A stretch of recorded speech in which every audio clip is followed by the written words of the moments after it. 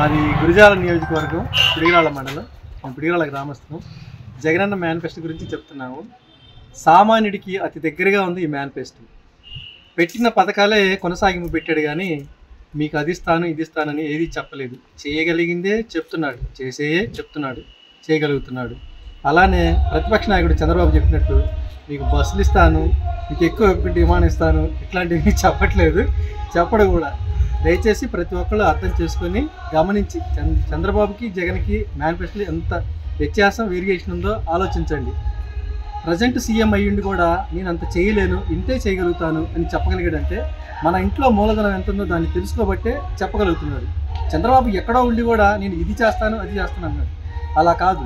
కుటుంబ యజమాని ఇంట్లో ధనం ఎంత ఉంది, మన ఇంట్లో బిడ్డలు ఎంతమంది ఉన్నారు, ఎవరికి ఎంత పెట్టగలం అన్నదే చూసుకొని చెప్పగలుగుతాడు. నీకింతేరా నీకింతారని.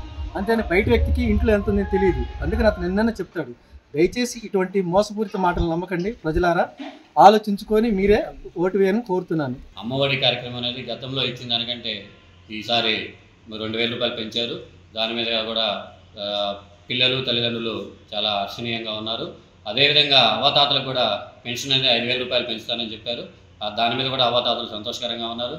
నేను ఒకటే చెప్తున్నా, జగన్మోహన్ రెడ్డి అనేవారు ఏంటి అంటే కన్నీరు చూసి నువ్వు కరిగిపోతావా, కత్తులు చూసి బెదిరిపోతావా అంటే, లేదా 100 మంది కోసం చస్తావా, 100 ఏళ్ళు బతుకుతావా అంటే మొదటిదే కోరుకునేటువంటి వ్యక్తి జగన్మోహన్ రెడ్డి అని నేను తెలియజేస్తున్నాను.